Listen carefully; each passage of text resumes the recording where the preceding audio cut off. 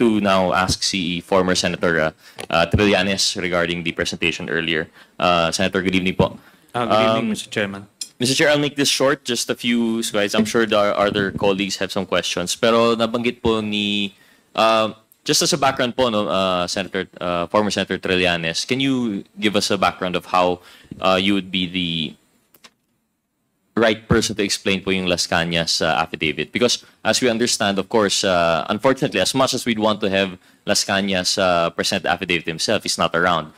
What is your experience or relation po to Las Cañas that you would be presenting his testimony here tonight? When he was still in the country, kami po yung nag-provide sa kanya ng security and safe houses, no? Then ang ginawa ni nila Duterte and ng DOJ, they filed they fabricated cases against him para ma-issuean siya ng warrant at makulong siya, ma-silent siya.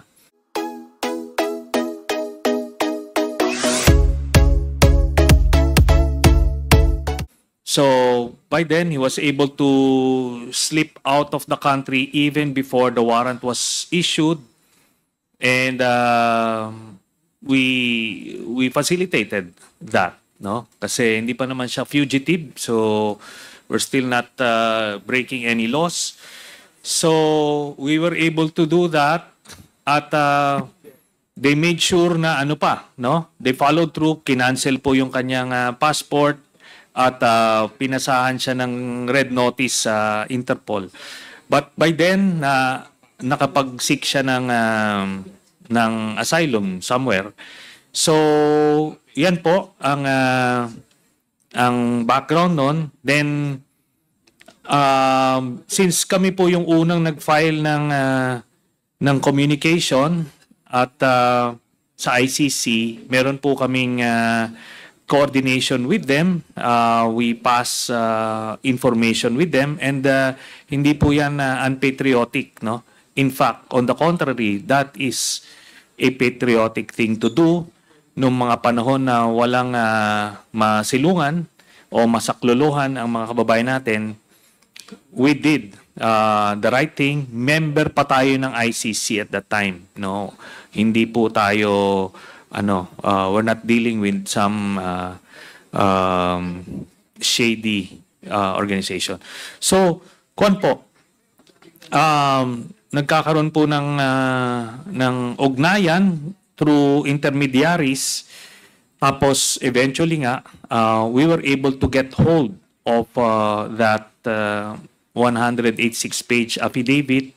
Then, meron siyang video na patutuo while he's signing, and yung conclusion binasa po niya. So yun po ang naging kuha namin standpoint. Sabi ko nga po,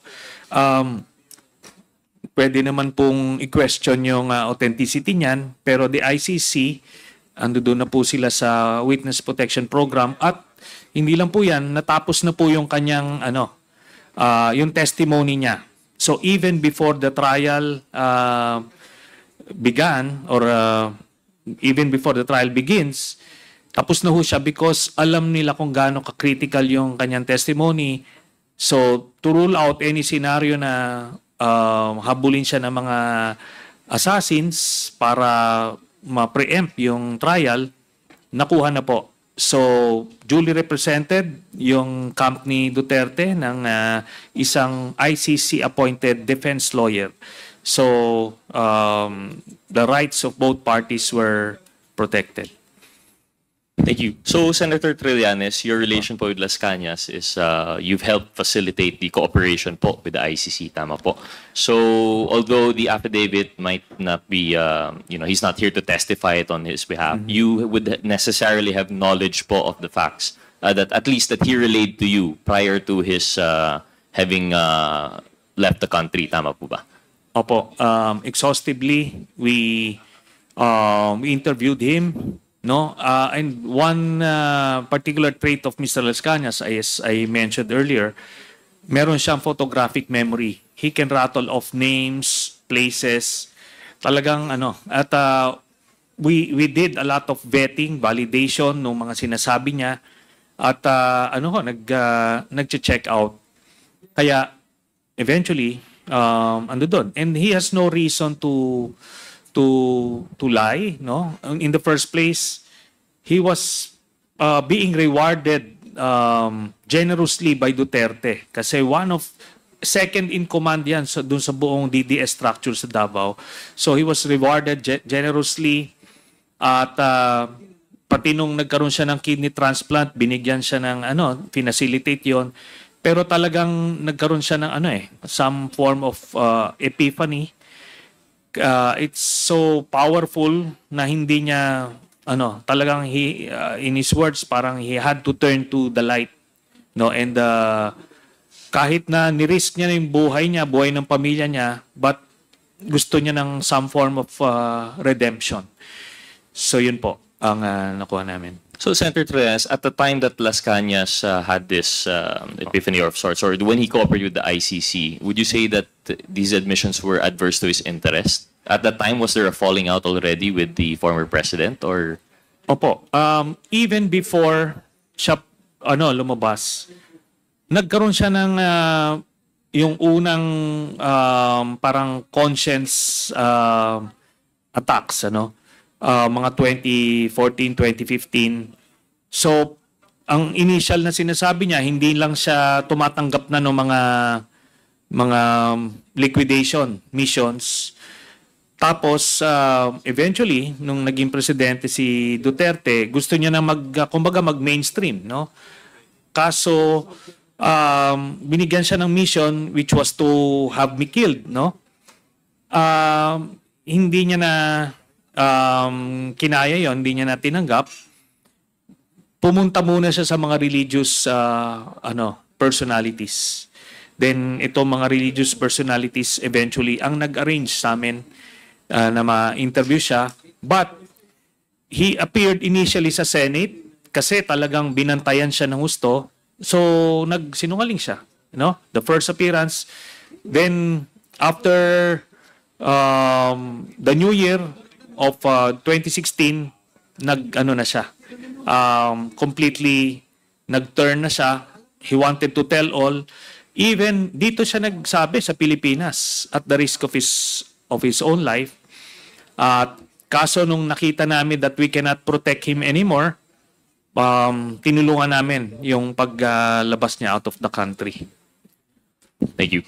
Senator, so with that po, as much as we'd like to give credence to the testimony of Mr. Las Cañas, we'd still have to vet and, Yes. perhaps we just only prove it through circumstance na lang po, no? Yes. He mentioned, and as you presented, a few names that were allegedly yung mga competition daw po ni Mr.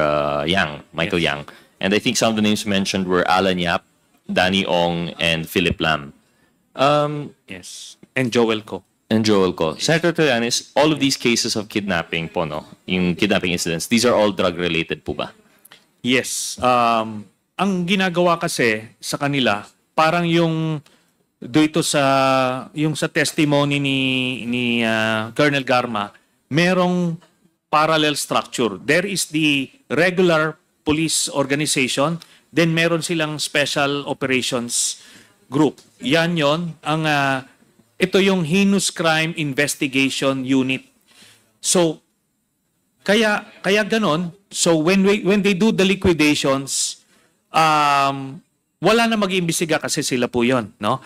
So binibigyan sila ng information, itong tao na ito ay drug pusher or drug dealer. So yun na yun. They will execute sila. So yun ang information sa kanya. Pero ang sinabi niya, dito sa apat na ito, pinagkakitaan pa nila. Binigyan sila ng authority na kidnapin muna, abduct, tapos kontakin yung pamilya para magkuha ng ransom, para doon tumaas yung kanilang operational funds. Yes. Senator, would you know if these 4 cases were investigated? These were all in one locality po ba sa Davao? All in Davao City, Mr. Chairman. And sabi nga niya, lahat po ito nasa record. They can check out the Davao City Police Office to record. Tsaka may mga kamag-anak po ito. Sabi niya, nagbigay itong mga ito. Kaya he's very confident. about all of these cases that he revealed dun sa kanyang affidavit. Mr. Chairman, do we have a representative of the PNP? I don't think meron po, no? So, Mr. Chair, may we ask PIDEA po siguro through ASEC Gumban. Mr. Chair, are we familiar with these cases po? Yung kay Alan Yap, Danny Ong, and Philip Lam? And I think Joel Ko? Joel Ko. Joel Ko? Yes. We will check with the records, Mr. Chair. We'll check with the records. We'll just request po siguro from the PIDEA if they can give submit to the committee po records on this alleged kidnappings, allegedly drug-related kidnappings. Likewise, Mr. Chair, we'd also like to request a report siguro from the PNP. I understand we've had some representatives earlier, pero baka wala na po sila, and probably they would not be the right persons po, no, through the committee secretariat. Or are they present now? Mr. Chairman,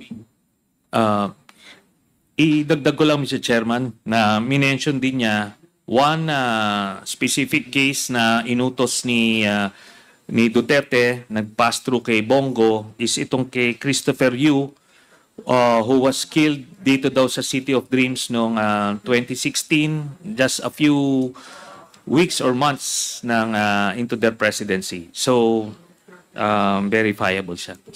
Sigo. Mr. Chair, in that case, through the committee secretariat, may we also request siguro from the PIDEA. So I think list na lang po ito, no, to the PIDEA and the PNP for the reports on Mr. Alan Yap, Danny Ong, Philip Lam, Joel Ko, and Mr. Christopher Yu. Tama po ba? And that reminds me po, Senator Trillanes, si Christopher Yu, this was one of the persons mentioned that allegedly was identified through LTO resources. Tama po ba? Yes, yes, Mr. Chairman. Did Mr. Las Cañas give any further explanation po on sino po itong nag-provide ng names and addresses by tapping the LTO? Naging regional director po, I believe, no? Yes, Mr. Chairman. Ang nakuha ko lang yung surname, but the video is with the committee secretary, so pwede po nilang makuha yung exact name.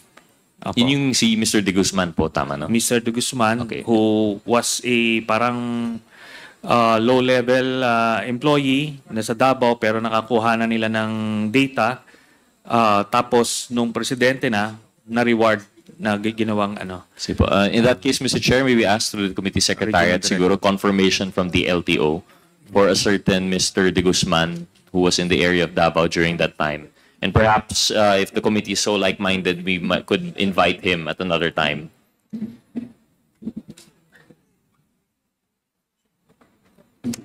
Mr. Chair, actually, another interesting thing that we've seen from the presentation of the good senator were the supposed killings and release po sa Dumoy raid. But I think we've had an extensive discussion on this already. I think we'll all be just waiting for the invitation of SPO for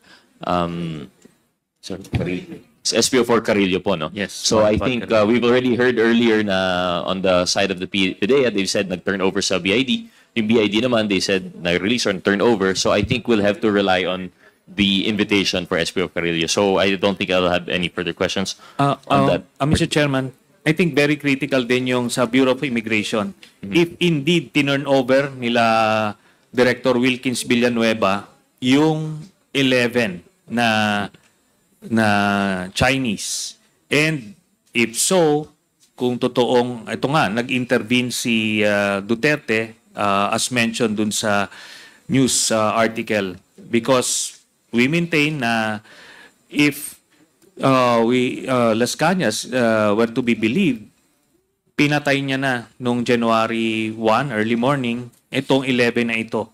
So, fiction na yung story that happened after. So, if may proper turnover ng live bodies ito eh. So, talagang may proper documentation to. And I think the Bureau of Immigration of Region 11 would be hard put in fabricating such documents. Wala akong aamin dyan. And I would agree po, Mr. Senator. And in fact, I think that's what we've come to the conclusion earlier when we were discussing in Dumoy raid. Aside from the testimony of SPO for Carillo, we also want to look into the reports of both the BID and the PDEA regarding that incident. And I think with that enough corroborating evidence, the truth will come to light. So we'll just have to wait for the next hearing po, no, if we're able to locate and hear from Ms. SP4 Carrillo. Yes, Mr. Chairman. One more interesting killing po that we've heard po from the testimony of Mr. Las Cañas. Maybe ask po siguro yung PDEA also if they could confirm that there was a laboratory, Shabu laboratory in yung Green Heights daw po. We are looking into our records, Mr. Chair. I just heard that Green Heights. What we know is Duboy.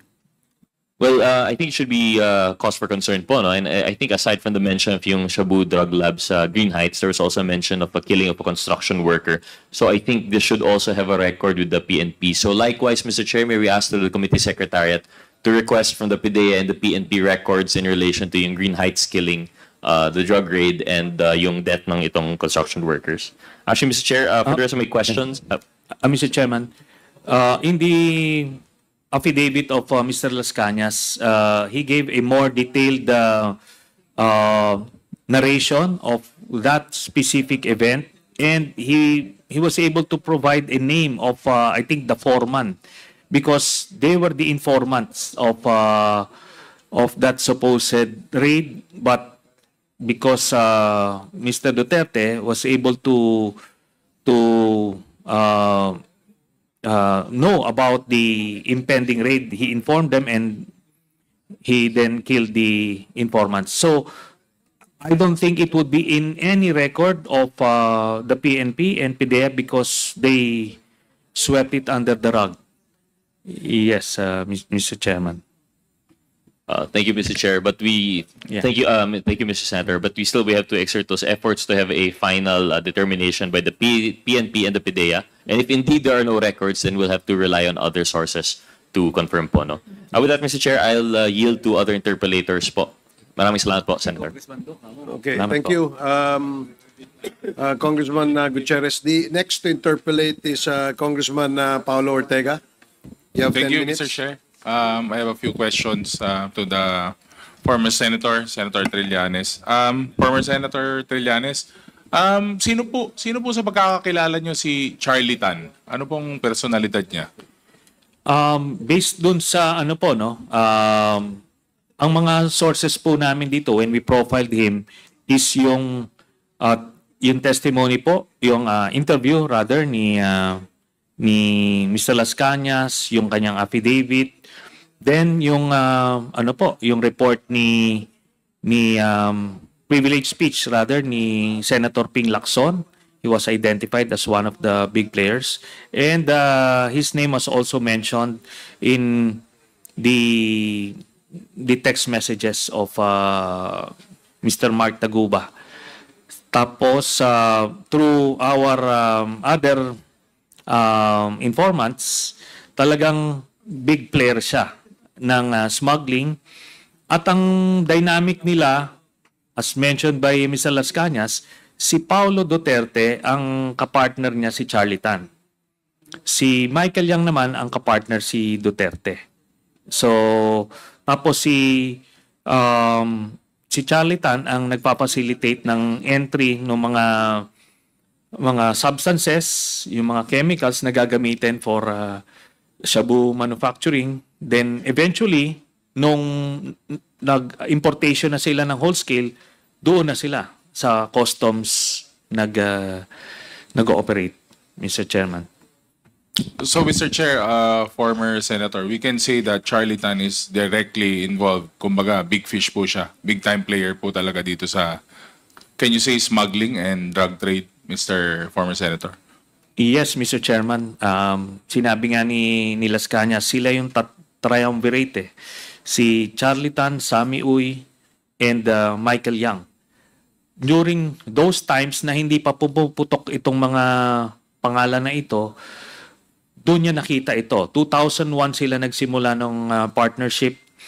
From what I heard, or what Mr. Las Cañas told us, nagsimula ito nung medyo nanganib yung return ni Duterte nung 2001 elections. So, naghanap siya ng pondo. Ito yung mga nagpondo sa kanya. And he was well aware that these are drug lords. So doon siya nagsimula ng ng partnership nila. So itong tatlo po na ito, Mr. Chairman. Thank you, former Senator. Mr. Chair, would like to ask sana yung PNP or NBI or PIDEA if is Charlie Tan a familiar name? Is he on the list? Ano pong pagkatao niya o pagkakakilala niyo sa kanya? I guess we can ask PIDEA, Mr. Chair. No, we will check on that personality, sir. We will dig in our records. Do we still have representatives from LRA and AMLAC?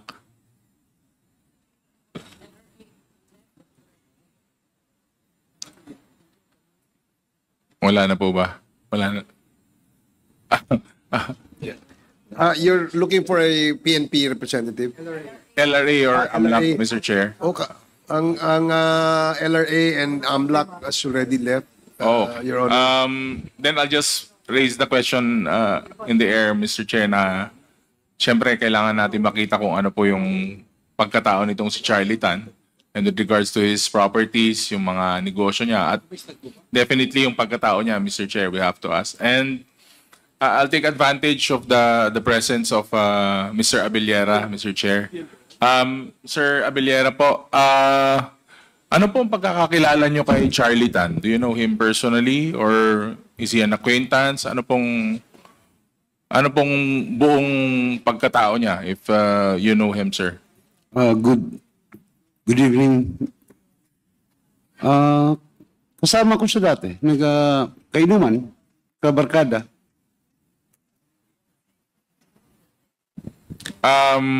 Barkada po, sir. So, would you happen to know if this allegations thrown at him, yung mga issues po na nababato sa kanya, are you familiar with this or may pagkakataon na napadaan na sa inyo itong mga ganitong pangyayari, Mr. Abellera? Matagal ko na siyang hindi nakakasama dahil simula 2017 yata. 2017, nung nagkaroon kami ng sa Senate, hindi na kami nagasama nila Congressman Paulo Duterte. Mr. Chair, Ginoong Abellera. So, ngayon po, sa punto na ngayon, wala na po kayong idea kung nasaan siya, anong ginagawa niya, or anong balita tungkol sa kanya? Ang alam ko po nasa Davao, pero hindi ko alam kung, hindi na kami nagkakita eh. Bira na. If he's still in Davao, Mr. Chair, nabigyan na po ba tayo ng pagkakataon para imbitahin si Mr. Charlie Tan, Mr. Chair? Yes, we have already sent invitation to Mr. Charlie Tan twice. Yung last natin was a show cause order. Is that correct, Comsec? Did we issue a show cause order kay Mr. Charlie Tan? If I remember correctly, nung last hearing, we already issued a show cause order for him. At least meron pa tayong bawi.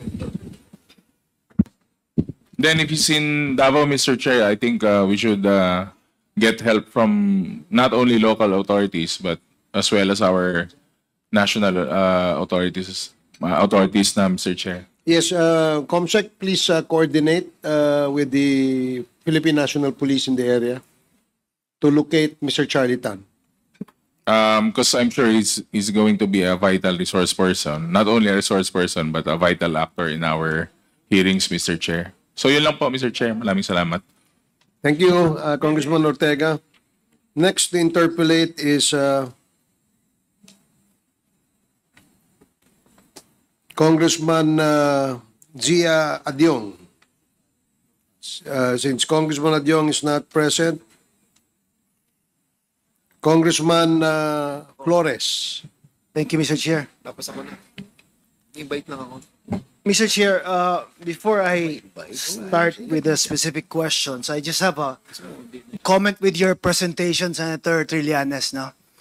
Because while you were making the presentation, kanina ko pa gusto ma-interrupt sana kasi most of your the information that you gave were actually available already in open sources, no? Like newspaper clippings and the affidavits of persons.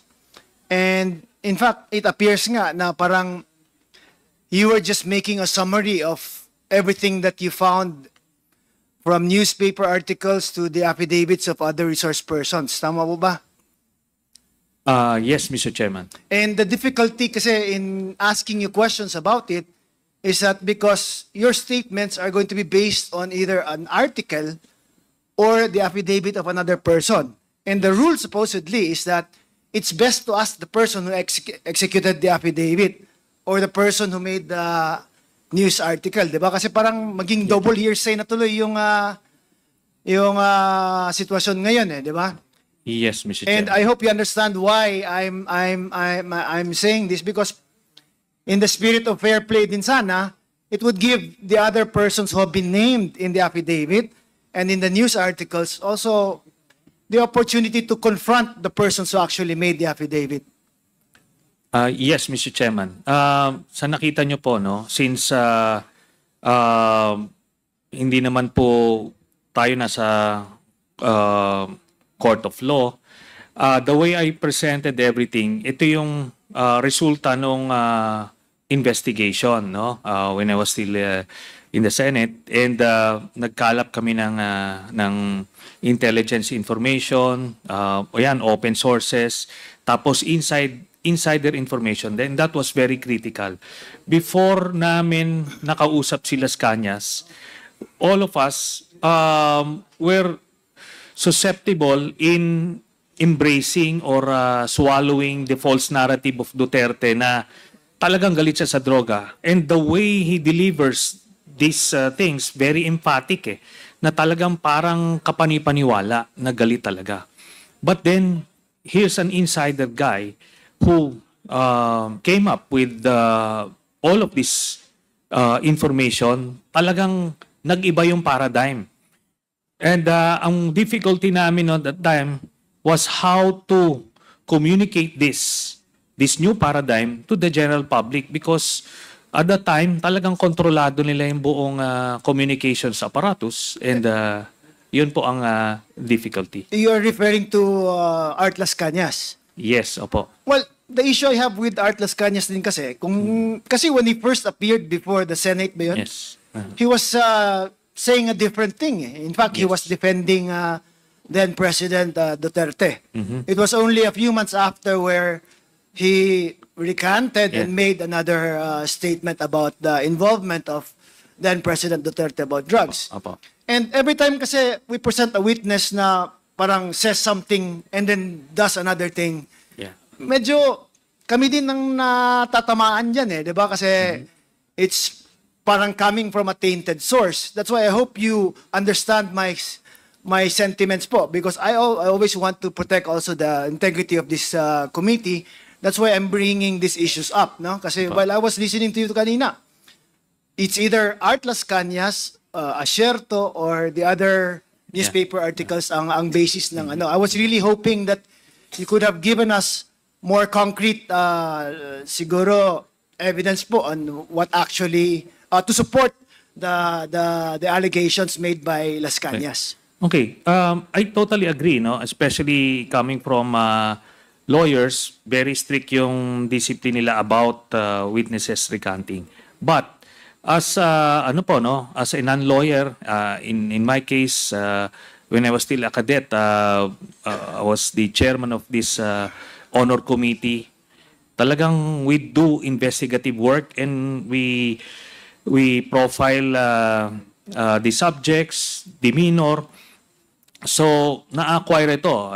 When I was in the Navy, as an investigation officer, nakikita mo you'll be able to know whether somebody is lying and somebody is telling the truth. No? Pwedeng matest po yan in so many ways, mabibet. Pero po yung paglalay at the first instance, depende po sa circumstances. When they are fearful of their own lives, it is totally understandable. At pero dito po ang nangyari sa kanya, talagang he risked everything Kumbaga hindi ako makapaniwala nung unang sinabing babaliktad si Las Cañas, because doon sa first appearance niya sa Senate, talagang ano to, matindi talaga, no? Hardcore siya. Pero, kaya binet muna namin. First few, baka mapapatibong kami. Pero yun na eh. Talagang parang ayaw niya na. He doesn't want to be burdened by all of these people he killed. So, yun na. He was out for redemption. Thank you, Yeah. sir. I just made that observation kasi I just want, of course, the Quadcom to be above Yes. the suspicion ba na we're just allowing statements like that to be coming out from resource persons. Now, with regards to Michael Yang po, when Acerto was making his allegations about Michael Yang, he said that the very first information he got about Michael Yang was about the Dumoy laboratory. And in that Dumoy laboratory, parang ang role lang ni Michael Yang at that time was supposedly securing the precursors. Yes. Pero meaning he's not really involved in the manufacturing of drugs, but securing resources that are needed to manufacture these things. Parang negosyante lang na may pinagkakakitaan. Tama po ba? Was that confirmed by your research po? If you will only take the information from Colonel Acerto, then that's the conclusion that you'll get. But in our case, nakuha na namin yung initially yung bank documents, Mr. Chairman, nandoon na yung Sami Uy. Nung lumabas yun, hinahanap namin ano kaya itong pumapasok na pera na ito from government coffers or illegal mining activities, kung ano-ano. But eventually, nung si Las Cañas pumasok, and we got him around January of 2017 a few months before the appearance of Colonel Acerto. So by then, nakita na namin from the new paradigm itong mga information na to. Kaya nag-fit ho siya dun sa buong narrative. So Michael Yang and Alan Lim and sino po yung isa na Si Charlie Tan, Sami Uy. Charlie Tan, Ayun Sami po, Uy. Now, si Alan Lim naman, ang relations niya with Michael Yang, where did it start ba? Saan nagsimula yung connections nila? Apparently, since hindi alam ni Las Cañas, si Alan Lim vaguely pumupunta lang daw a few times sa Davao. So kumuha kami ng other sources of information from the whether domestic law enforcers or foreign law enforcers. Itong si Alan Lim, apparently mas senior siya kay Michael Yang at that time. Parang junior itong si Michael Yang. Mas senior pa yung kanyang kapatid na si Tony Yang. May sila meron silang seniority dun sa kanilang triad. So Peter Lim is also a big player.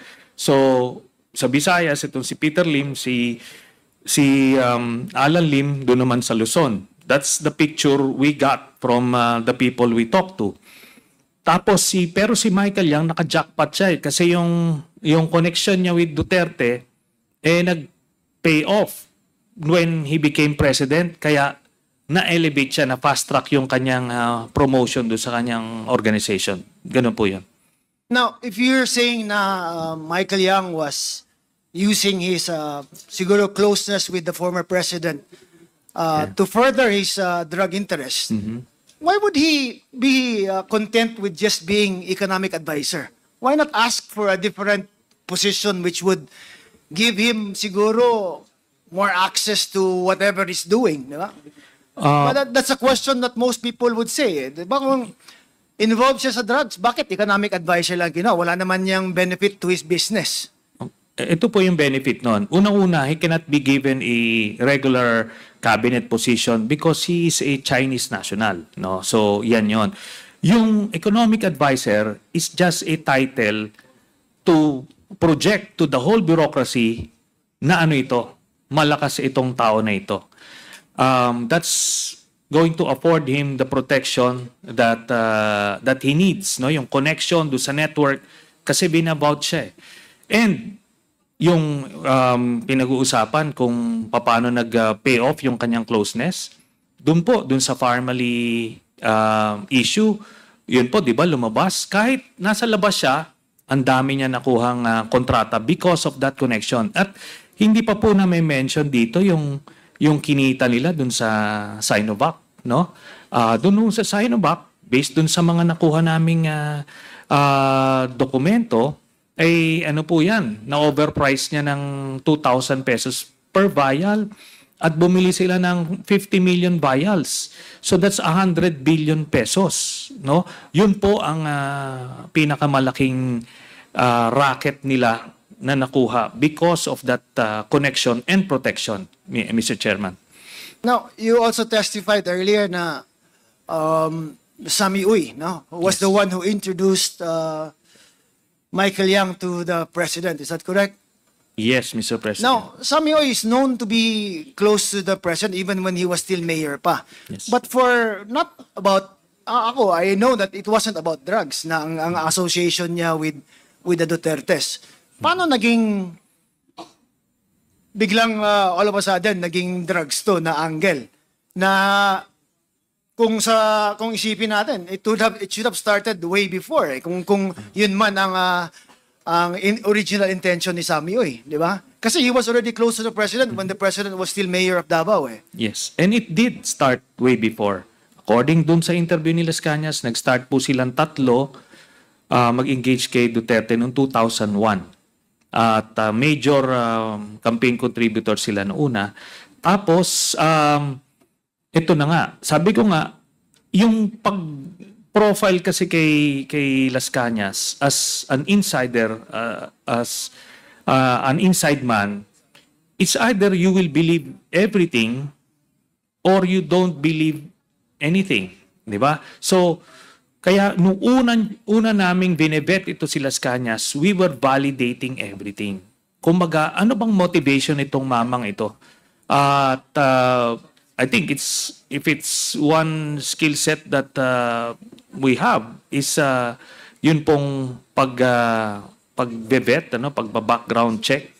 So nakikita po namin yung mga motivations. And sinabi po niya ako ho, without you take out Las Cañas, pag nakita mo yung cover ni Sammy Uy, talagang maganda Maganda ho Kaso sinabi ni Las Cañas, and before that, nakuha po namin, Mr. Chairman, yung bank documents.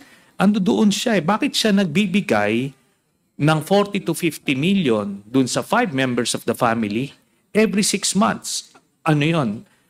Anong klaseng business po yan? Tapos marami pa pong eventually kung in an impeachment court, hypothetically, lalabas po yan. Kung kanino galing pumapasok po yan. At ang blunder po ni Duterte, ginawa ho niyang joint account sila ni Sara So, ano po ito? Lumabas po doon.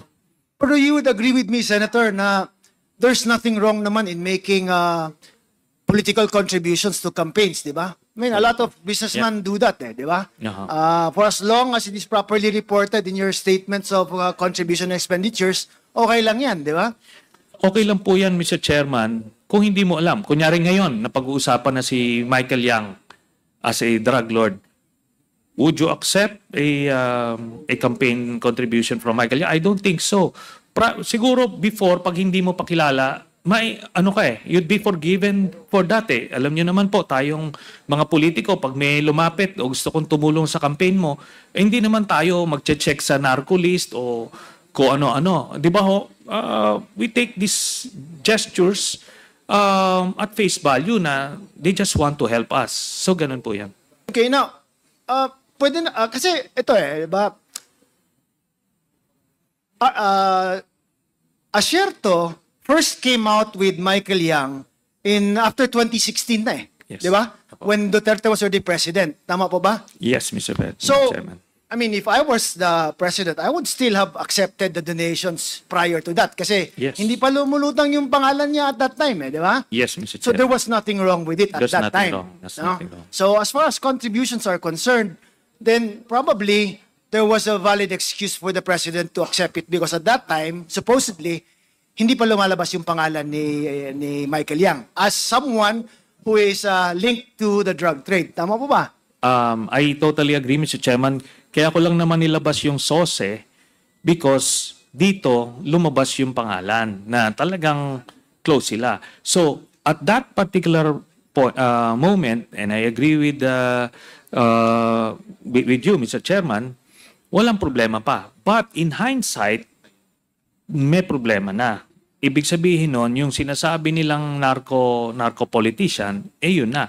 Because Duterte knew about Sammy Uy's involvement in illegal drugs and siyang pumopondo. Yun, kinorroborate yun ni Mr. Las Cañas noong 2001, Mr. Chairman.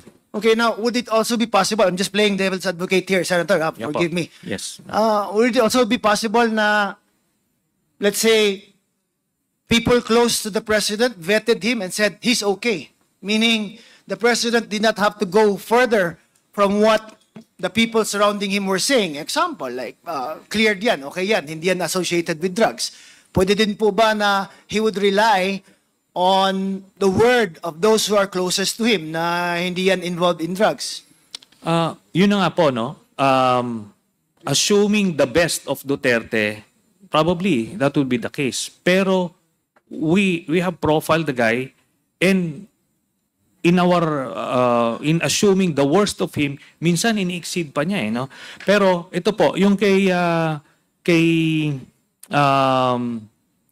sino to, kay Sammy Uy and kay Michael Yang, in-inform na ni Colonel Asierto. Kumbaga, out of sense of duty, sabihin na nating naive si Colonel Asierto because he believed yung narrative. Namigay talaga siya ng report hoping to precisely yung sinasabi nyo, Mr. Chairman, na maklear siya, yung baka hindi alam nung nagkiklear sa kanya na okay yan. Kaso baliktad yung reaction niya eh.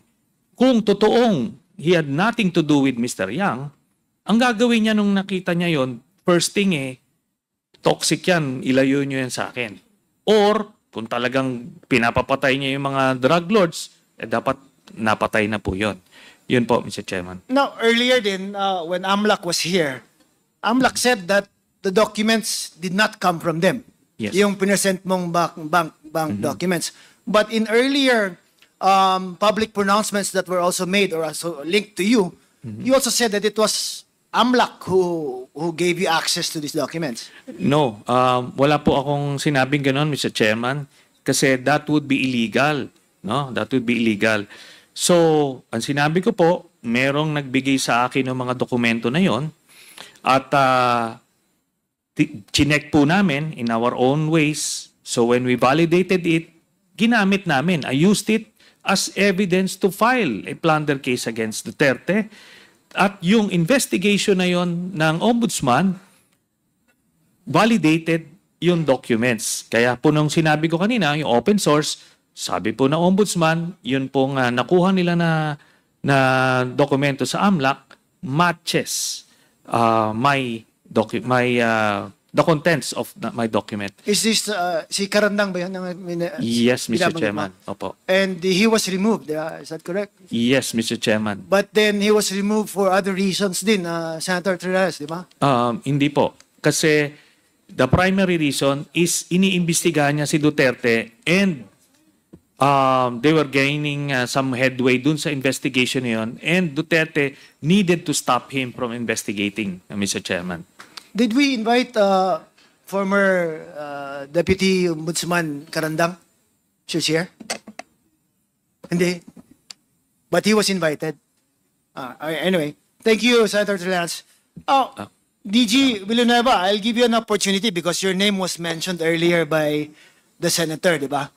Na you were supposedly, you had a big role actually in parang suppressing the information from coming out, especially linking Michael Yang and other personalities po. What is your comment to that, sir? Thank you, Mr. Chair, for giving me the opportunity. Hearing what Mr. Las Cañas and Mr. Trillanes narratives, seemingly they were lousy storytellers. Una-una, sir. Mr. Chairman, I take exception dun sa sinasabi nito ni Mr. Villanueva kasi early on I was checked by the chairman for taunting pero Okay. I submit. May we remind all the resource persons to refrain from I'm saying sorry, Mr. Chair. offending words. Thank you so Sorry, much, Mr. everybody. Chair. Unang-una kasi, Mr. Chair, sabi ni yung mga previous statement ni Colonel Asierto, lumabas yung pangalan ni Michael Yang according to his informant noong 2016. Samantalang yung statement ni Las Cañas kanina nung pinapanood ko, seemingly, agad alam niya si Michael Yang nung sa Dumoy. Dumoy pa lang, alam na niya na may Michael Yang. Now, Mr. Chair, for 3 months of our surveillance operation, isang team lang ang kay Colonel Asierto doon, lahat ng team sa PDEA 11. Walang anino si Las Cañas doon. And definitely, we have not involved anybody outside of HSOT, the team of Colonel Asierto, and my team, because this was a delicate anti-drug operation. So definitely, paano malalaman ni Las Cañas na may Michael Yang hindi nga niya alam na may anti-drug operation sa clandestine laboratory?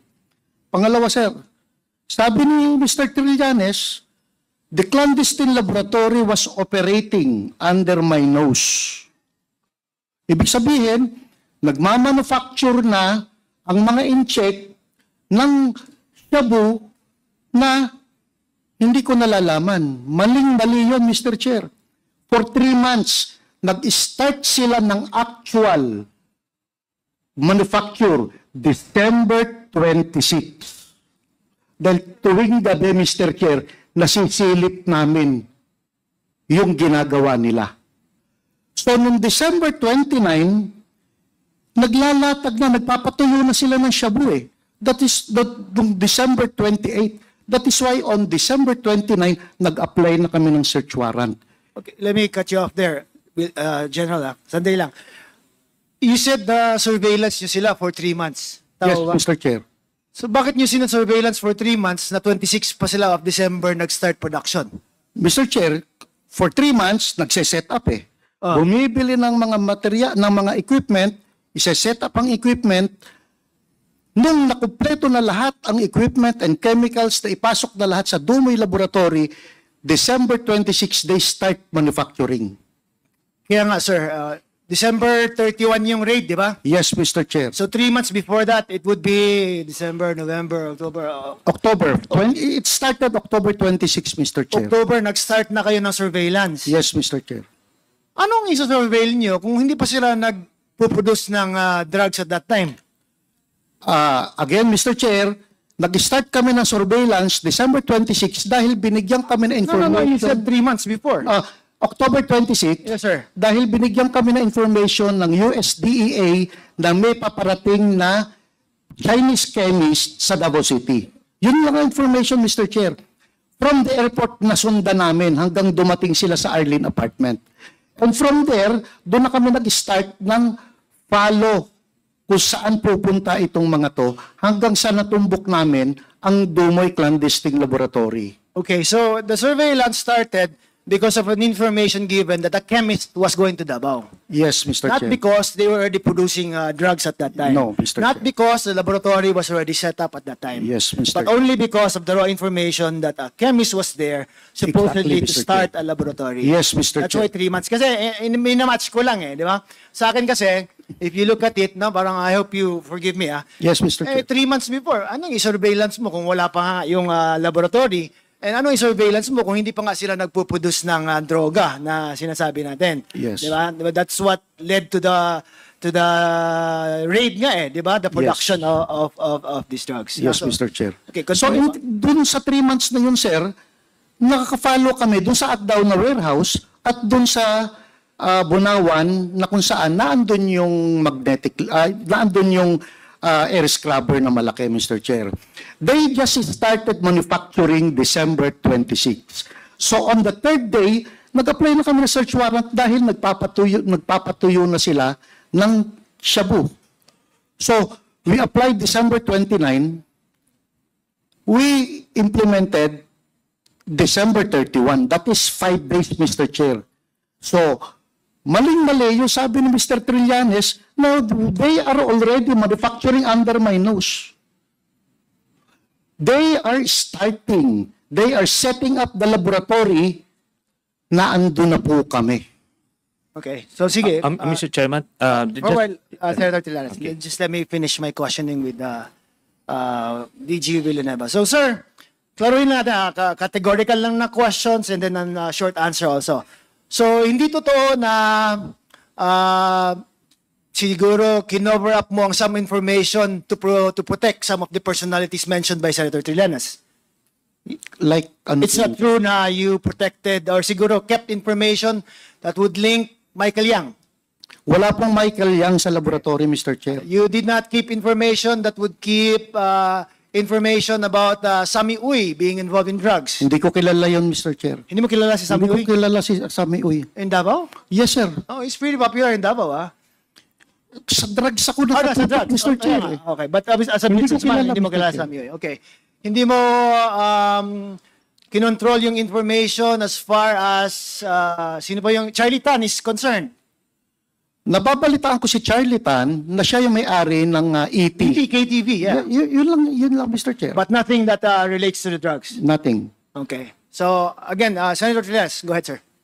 Well, unang-una, yung nire-refer natin, Mr. Chairman, about all of these things operating under his nose, yung Green Heights Subdivision. Tapos yung sinasabi ni Las Cañas, wala naman siyang sinabing part siya nung team nila. No? If only nakikinig siya doon sa interview, sinasabi niya, nandito siya sa side nila Duterte, dito siya, close in siya dito, nakita niya yung laro at galaw nila Sami Uy, Charlie Tan at Michael Yang. Dito siya sa part na to, tapos binigyan siya ng mission doon sa after nung raid to turn na sila ang magre-receive nung 11 galing sa tropa niya. So that was his first encounter with this guy. Kumaga, to clean up yung to cover up yung ano na nga yun, yung mess na yon kasi umabot na aabot kay Michael Yang. So doon siya, wala siya doon sa operating unit kasi part niya siya nung sindikato, Double Death Squad ni Mr. Duterte. And ito yan, Mr. Chairman. This guy, ang tagal niya sa Davao, PIDEA. Eventually, naging Director General siya ng PIDEA. Tanungin siya kung sino yung mga drug lord nung mga malalaking shipment. I doubt kung sasabihin niya kung sino. Ito lang yung sa mga pulis, yung 990 kilos na shabu. Tanungin siya kung sino ang mastermind nun. Wala ka makukuha ang sagot. It's either incompetence or kasabwat. And I, because of the testimony of Las Cañas, kasabwat, Mr. Chairman. Ganun lang po yan. Thank you, Senator Trillanes. Now, you also mentioned, Senator Trillanes, in your testimony, you mentioned Councilor Mola Villera kanina no, na siya yung sabi mong bagman. Yes, the thing I have, an issue that I have with this is, parang walang links naman eh. Bigla na lang sinasabi na just because there are photos of them together, then ma-assume ba na, come to a conclusion that he's involved. Yan po, yung conclusion po na yan, Mr. Chairman, was born out of the investigation po dun sa Senado. That ito pong si Mr. Mark Taguba and other brokers, kailangan magbigay ng enrollment fee kay Pulong at Manscarpio para maging accredited brokers sila nung pagpasok nila ng mga kontrabado, Mr. Chairman. At ang middleman na nagre-represent kay Mr. Pulong Duterte is si Mr. Small Abiliera. So lahat po itong mga information na to, yung pera na binibigay sa kanya, lahat galing po yan dun sa investigation po namin sa Senado, Mr. Chairman. Okay, before I ask Councilor Abeliera, but isn't it also a fact that the witness that you're referring to, Mark Taguba, also recanted the testimony that he gave? Hindi ba siya nag-recant? Wala pong recantation. Walang recantation? Opo. So he's sticking to the allegations that he made of the involvement of some of the members of the presidential family in the previous administration? Yes, Mr. Chairman, as represented by Mr. Small Abiliera. Okay. Mr. Chair, if I could just ask a few questions to Small Abiliera, sir. Okay, go ahead. Mr. Small Abiliera, sir. Question lang, diretso na po ang tanong, at saka I hope you give me a straight answer din, no? Kasi kanina nabanggit ni Senator Trillanes that you were acting as a bagman. Is that true or not? It is not. So you categorically deny that you are acting for and in behalf of somebody else as a bagman. Tama po? Mr. President, binanggit lang naman niya ako dahil close kami at that time ni Pulong Duterte. Totoo naman yun, inamin ko yun, alam niya sa Senate. Nagkarap kami sa Senate niyan. Sinabi ko na yun, sinigot ko na yun siya niyan. Kaya nga hanggang ngayon, wala silang maano sa akin eh. So you were saying that it's at that time, no? Close kayo at that time. Ngayon, hindi na kayo close. Mr. President, it is a known fact in Davao na kalaban ako ni Congressman Pulong Duterte. And would you care to explain bakit kalaban ka na ngayon na dati close kayo? Actually, hindi ko rin alam, Mr. President, kung bakit eh. Pareho lang din yan. Hindi ko alam kung bakit ako ginadamay ni former Senator Trillanes, in which hindi ko naman dininay sa kanya, sa Senate, na nagkita nga kami ni Mark Taguba. Pero ginasabi ko na wala akong involvement din dahil nahindihan siya, alam niya yan eh. Alam niya nung nagkita kami, na sinabi ko na nagkita kami nung Jack, a certain Jack, na hindi ko siya pakilala, nung pinakilala sa akin yan, alam nila na hinindihan ko na sila eh. Kaya hanggang ngayon, wala silang madikit sa akin.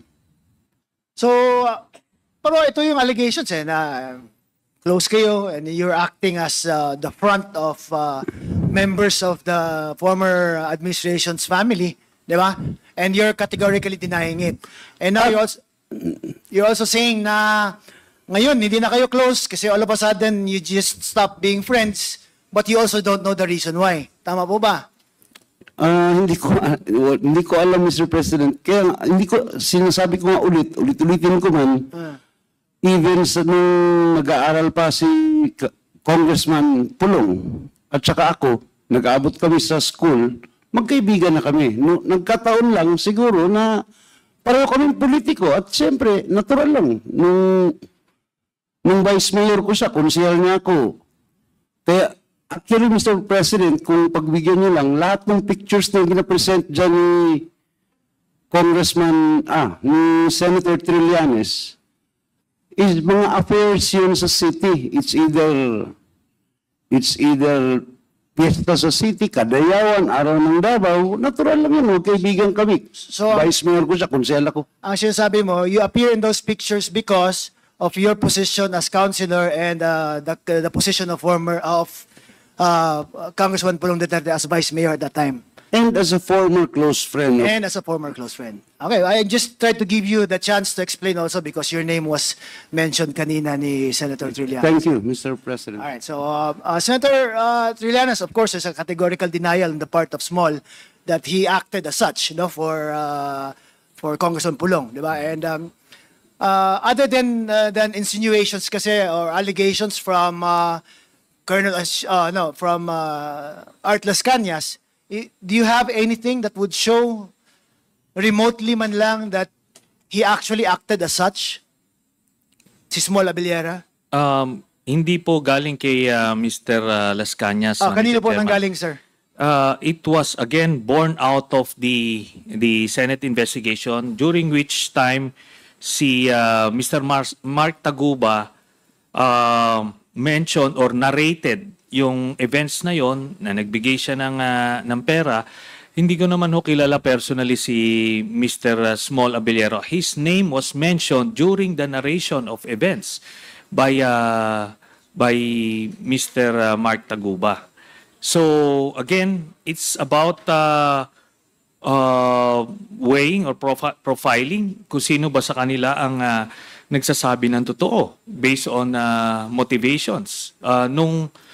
Ito lang, Mr. Chairman, kasi ini-include ko tong si Mr. Abellera dun sa drug smuggling case, no, ni Lapulong. Ito yung facts. Meron pong 6.4 billion pesos sa shipment na pumasok. Okay, pumasok, pero wala hong drug lord. Ang na-convict ay yung broker at yung isang middleman, yung Kenneth Dong, who have both of whom do not have the capacity to import these things. Then you have information from other sources that it's Manscarpio and Pulong Duterte na kumokontrol nung importations at that time sa Bureau of Customs. Tapos ito pang naging testimony ni Mr. Mark Taguba. Kumbaga, hindi ko po ito, Mr. Chairman, ginawa lang sa aking kathang isip.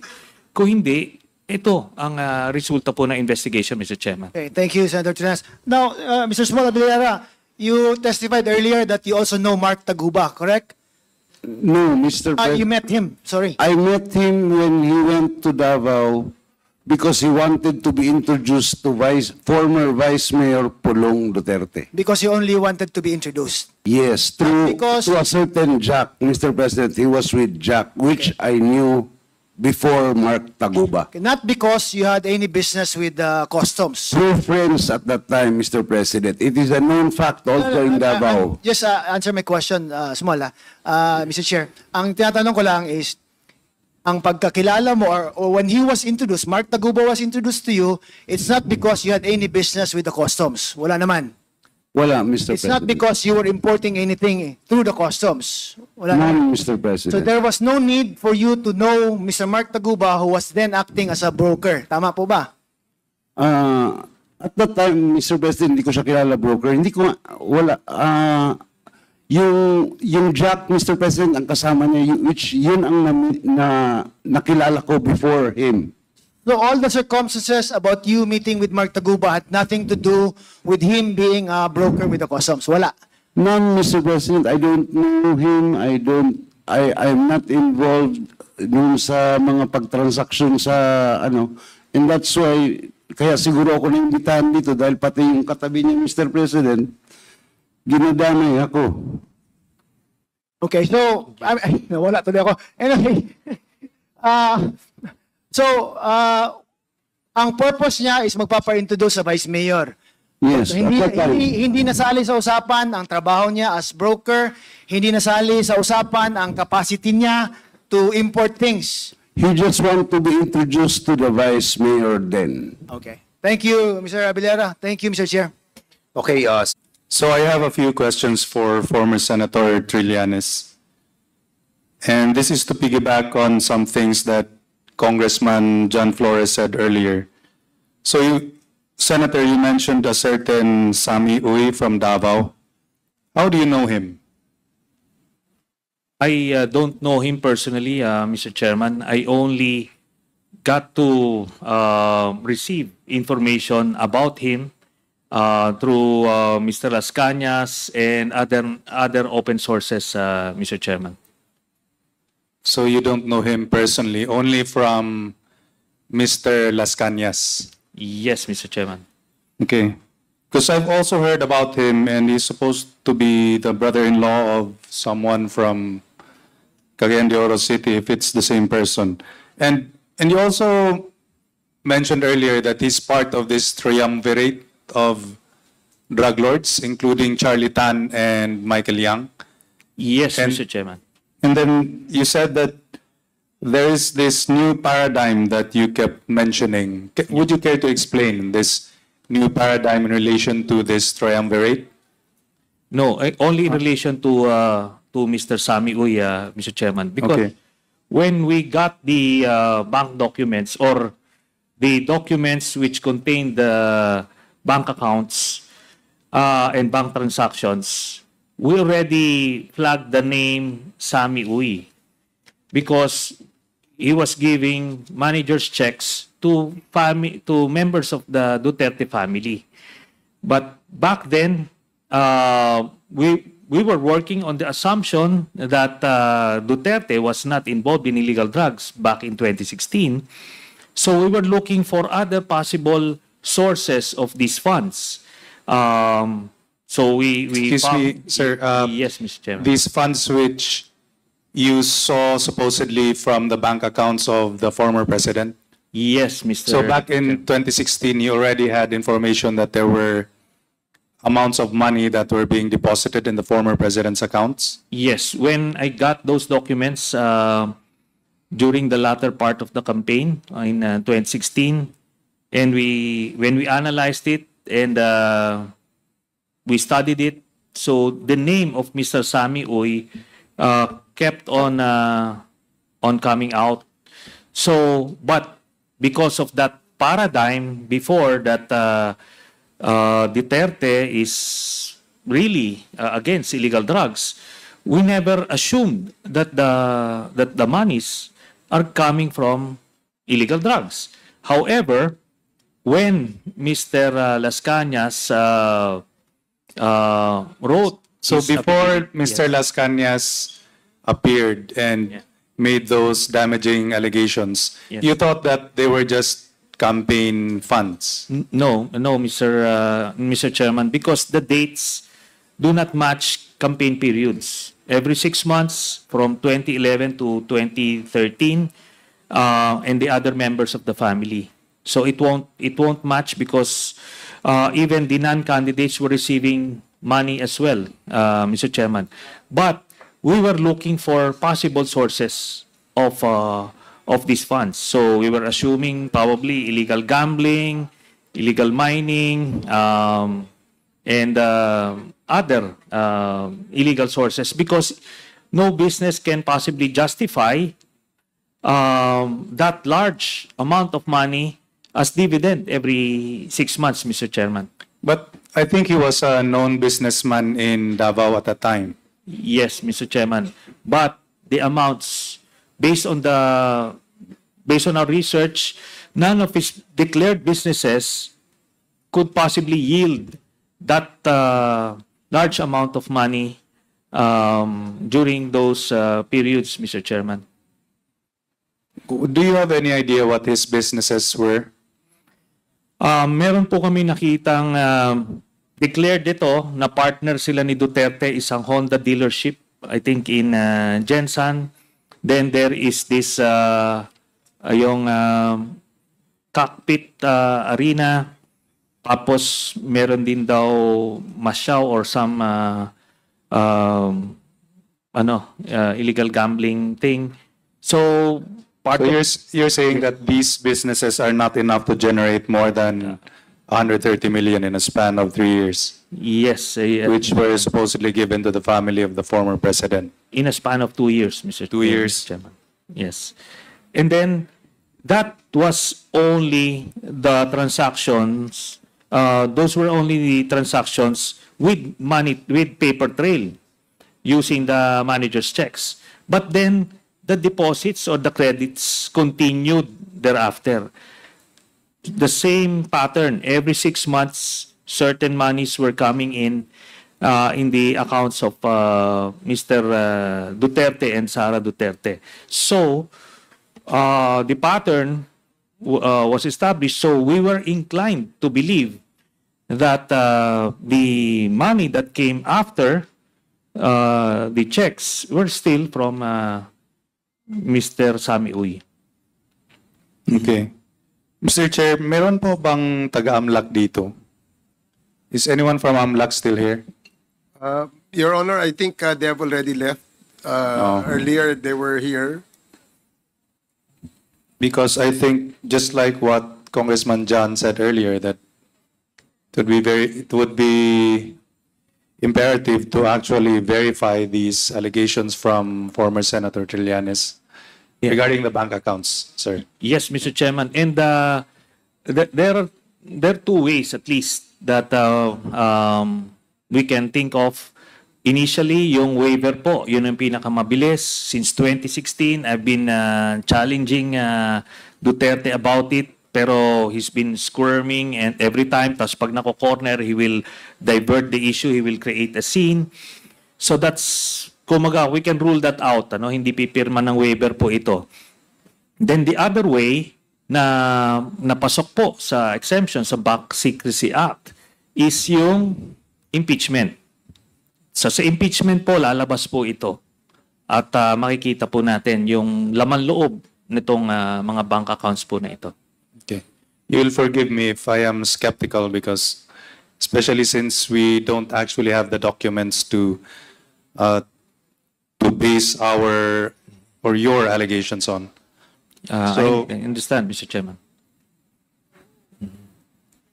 Also, are there, based on your information that you gathered from your sources, are there other people supposedly still, are there other people receiving money from Mr. Sami Uy outside of the family of the former president, if that is the case? Wala po kaming nakuhang information about that, Mr. Chairman. Mr. Chair, I think we also need to check with the SEC or the DTI or the BIR regarding the businesses of Mr. Sami Uy, so that we can verify the allegations of former Senator Trillanes. Mr. Chairman, we might as well include the properties of Mr. Sami Uy. At we also got information that siya rin yung mga nagtatago ng mga ibang properties ni Mr. Duterte. Yes, we will leave that to the COMSEC and the chairman to decide. And so, former Senator, I think it was you who showed the video regarding Senator Bato saying that Peter Lim is one of the biggest drug lords here in the country. Was it you who showed it earlier? Yes, Mr. Chairman. Who is Peter Lim? Well, the first time I heard his name was when he was being identified as one of the drug lords linked to Mr. Kerwin Espinosa. And during those hearings, I asked Mr. Bato de la Rosa, who is the biggest drug lord? Because as the PNP chief, who is the primary implementer of the war on drugs of the president, he should know the enemies that he's after. So ang sinabi po niya clearly si Peter Lim, Mr. Chairman. Peter Lim. Senator, of course it is very much apparent that the former president has this animosity against you. And he's very vocal about that even during interviews. Can you please enlighten us? Saan ho ba nagmumula itong or nag-umpisa itong animosity na ito? Palagay ko po, dahil sa Davao ho, hindi sanay sila ng walang tumitindig sa kanya, no? So that's one. And another is, alam niya na na-decode ko na siya. So kumbaga yung all the charade, nababasa ko na po, Mr. Chairman. So would you say that this animosity has something to do with the Senate investigation that you initiated and conducted?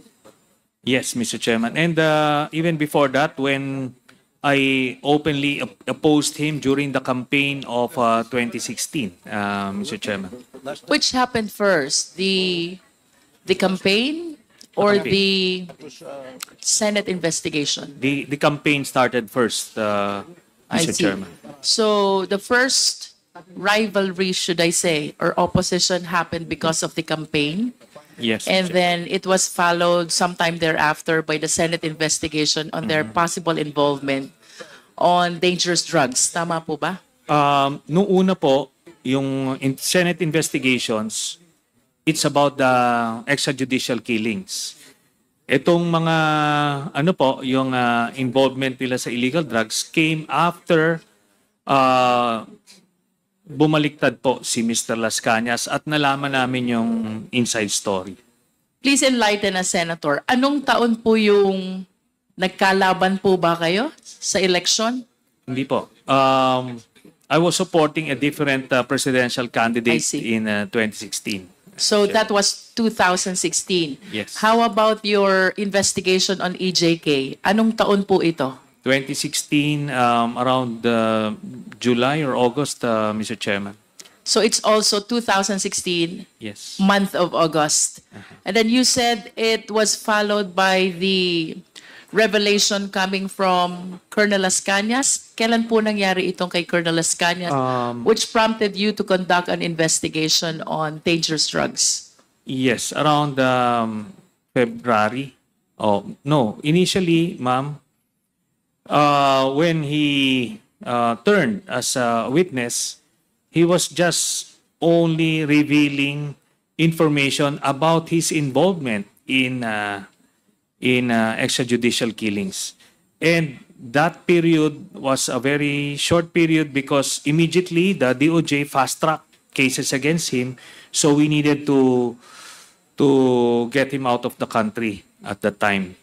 So then we only got to find out about all this involvement in illegal drugs by Duterte himself when he started giving the information as an insider, Mr. Chairman. Senator, I understand that you are associated with the former Senator De Lima. What is your appreciation about the seeming similar animosity of the former president against Senator De Lima? It's the same, Mr. Chairman, because Senator De Lima, when she was still the chairman of the Commission on Human Rights, investigated Duterte for the EJ case in Davao. And according to the testimony of Mr. Matobato and eventually Mr. Las Cañas, Mr. Duterte was really bothered by that investigation. He really feared that he would be made to account for all the killings he did in Davao. So eventually, when the opportunity came, when he was president, he wanted to make a sample out of Senator De Lima so that it would create a chilling effect among the senators, and it was very effective. He totally fabricated the cases against Senator De Lima, and most of my colleagues in the Senate then feared that whatever is happening to Senator De Lima at the time could happen to them if they don't follow his lead or be an obstacle to his designs. Senator Trillanes, with all due respect, but I share the observation of the Honorable Flores with respect to establishing the veracity of the evidence, should I say, that you shared before the Quad Committee. Nonetheless, Mr. Senator, I acknowledge the efforts of having consolidated all those, and at the very least, I maintain that at least it could establish the fact that you consolidated, you were able to read, you were able to take possession of all these documents that you presented before the Quad Committee. But to conclude, Mr. Senator, yes, considering the amount and the evidence that you have presented to us, how certain are you that the Duterte family, particularly the former president, Polong, Congressman Polong, and the husband of the vice president are indeed involved in dangerous drugs? I'm 100% sure, Mr. Chairman. These were corroborated by other sources of information. And during our research, we were able to establish the background or the involvement of Mr. Polong Duterte in smuggling cases independent of the testimony or information coming from Mr. Las Cañas. This is from the NBI and the Presidential Anti-Smuggling Group. And Mr. Las Cañas, again, as a witness, he was already, he went through the very rigorous process of being accepted as an ICC witness. He went through this weeks-long process of vetting and validation, and he checked out as the primary witness of the prosecution against Mr. Duterte. So if these professional investigators and lawyers were able to check him out, then I would have to follow suit. So we would have our own ways of weighing testimonies or the truthfulness of witnesses before us. And I would have to say that he's way up there as a credible witness. But that's just coming from me. Now, the whole presentation I made is not to pin Mr. Duterte for these specific crimes, because I'm determined to pin him down through the ICC. And that's all I need. It's enough to put him away for life. But what I presented is to shatter that false narrative that he peddled to the Filipino people. Nagalit talaga siya sa illegal na droga. So if you'd be able to research on this Minister of Defense in Mexico, who, like Duterte, galit na galit din sa illegal na droga, pumapatay din siya ng mga drug lords, pushers, only to be found out later that he was actually on the payroll of a preferred cartel. So the pattern is the same. Now, as for other witnesses, some of the lawyers here, members of the committee, kept on saying, what are the other evidence? What are the other evidence? So let us remember that the Duterte drug syndicate operated like a mafia. And similar to how mafias were destroyed, at least some of them in the US, isang whistleblower ang kanilang naging lead that took them to different pieces of evidence and witnesses. So yun po ang nakita kong value po kay Mr. Las Cañas. Senator, one of the documents which you presented, should I say, or the information you shared, is about the huge amount of money received by the Duterte family, Yes. which, as alleged, came from drug money. Do you confirm this? That is my conclusion, Mr. Chairman, because again, the way these syndicates operate, wala naman pong mga resibo ito, wala naman mga CCTV na makikita tayo. Ito po, circumstantial. Lahat po, because I cannot explain kung saan po nanggagaling itong pera na ito na pumapasok po periodically. Yun po, Mr. Chairman. Senator, do you have any pending case against the Dutertes pertaining to this information about the bank deposits? Meron po. I included that doon po sa aking plunder case na final way back in 2016. And as I mentioned, because of this plunder case that I filed in 2016, yun po ang naging basis ng overall Deputy Ombudsman then to request from the AMLAC documents, and that led him to issue that statement that the contents of the documents that I had are similar to the documents they got. So sinasabi ko, hindi nanggaling itong dokumento ko sa AMLAC kasi nga po bawal yon, pero the contents are the same. And that's all that matters to me as an investigator, Mr. Chairman. Senator, please pardon me, but I'm a little bit confused. Because if you are alleging that the bank deposits are drug money, Yeah. then why plunder? Is it not that when we file a case of plunder, it should involve government funds? Yes. Yun nga po yung sinasabi ko. Back in 2016, we were stuck in this paradigm na hindi siya involved sa illegal drugs. Kaya when the name of Sammy Uy was being flagged, we were assuming all sorts of things. Pero meron pong mga pumapasok doon, and ang information namin, part ng mga ginagamit na pera ni Mr. Duterte sa Davao is yung peace and order funds niya, which run into, at that time, around 730 million pesos per year.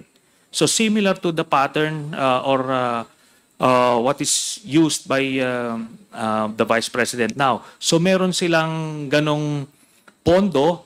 So that was the early assumption based on the existing paradigm at that time.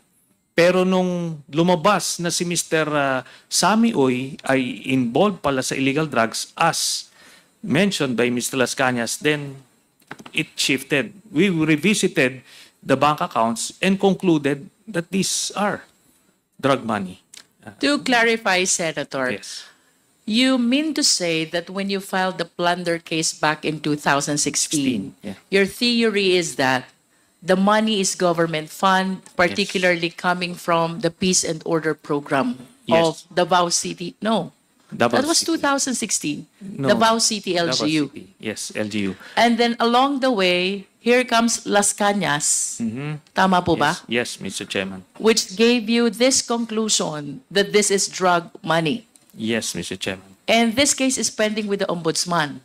Yes. Did you file any supplemental affidavit to correct this theory of your plunder case? But by then, we only had the witness testimony of Mr. Las Cañas, who was already out of the country and cannot be used as supplemental evidence. But we still attached other pieces of evidence like the COA audit reports, which flagged the ghost employees of Mr. Duterte at that time.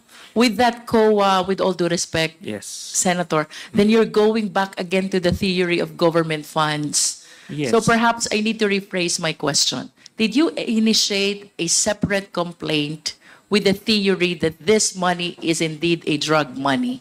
No, Mr. Chairman, because I filed it back in 2016. It included the COA records, the documents, because we were working on that assumption back then, Mr.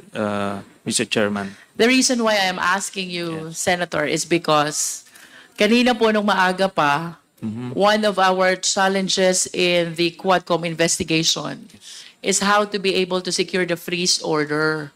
And one of the offenses punishable under the AMLA as predicate crime is violation of anti-dangerous drugs law.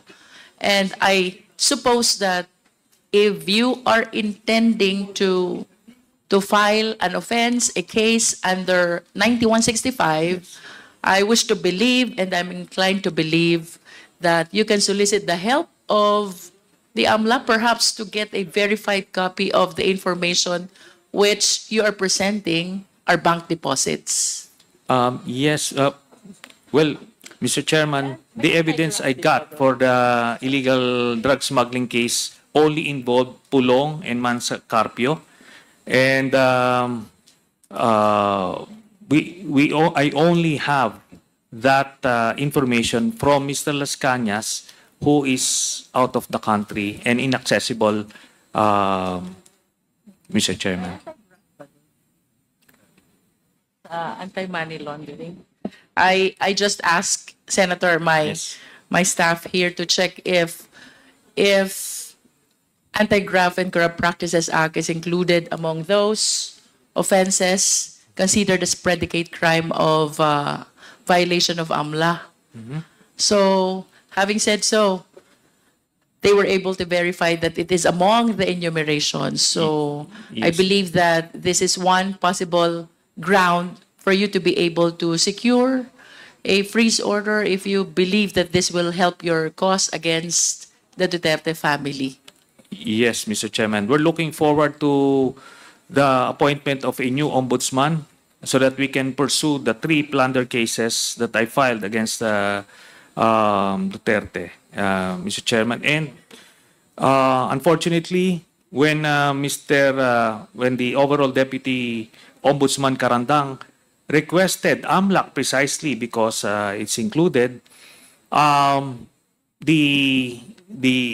newly designated AMLAC Executive Director, who is a lackey of Mr. Duterte, stonewalled the Ombudsman. Actually, a more combative Ombudsman should have subpoenaed the AMLAC investigation report, but unfortunately they folded, Mr. Chairman. Thank you, Senator Trillanes. Is it not that the reason why your application for state witness was denied is because you recanted your statement against Pulong Duterte and Mans Carpio? Mr. Chair? Mr. Chairman, just an interjection, just full disclosure. Mr. Mark Taguba is a witness, one of the witnesses in my illegal drug smuggling case against Mr. Pulong Duterte and Small Abilera and the others. And right now, where is that pending, Senator? it's pending with the DOJ. It's still pending. It's due for preliminary investigation yet. Yes, ma'am. And as for his status as for the inclusion in the Witness Protection Program, it's also pending, Mr. Chairman, and right now I got word from his lawyer that he is receiving threats right now from some people involved in the case, and that's why I'm going to plead on his behalf that he would be temporarily transferred into the detention facility of the House of Representatives, just so we can protect him, Mr. Chairman. Mr. Chairman. Senator Trillanes. I was part of those who investigating in the Senate, and during that press conference, he just apologized to Pulong Duterte. He never recanted, and we clarified that in his next appearance in the Senate, Mr. Chairman, whether he is recanting anything from his earlier testimony. He replied in the negative, Mr.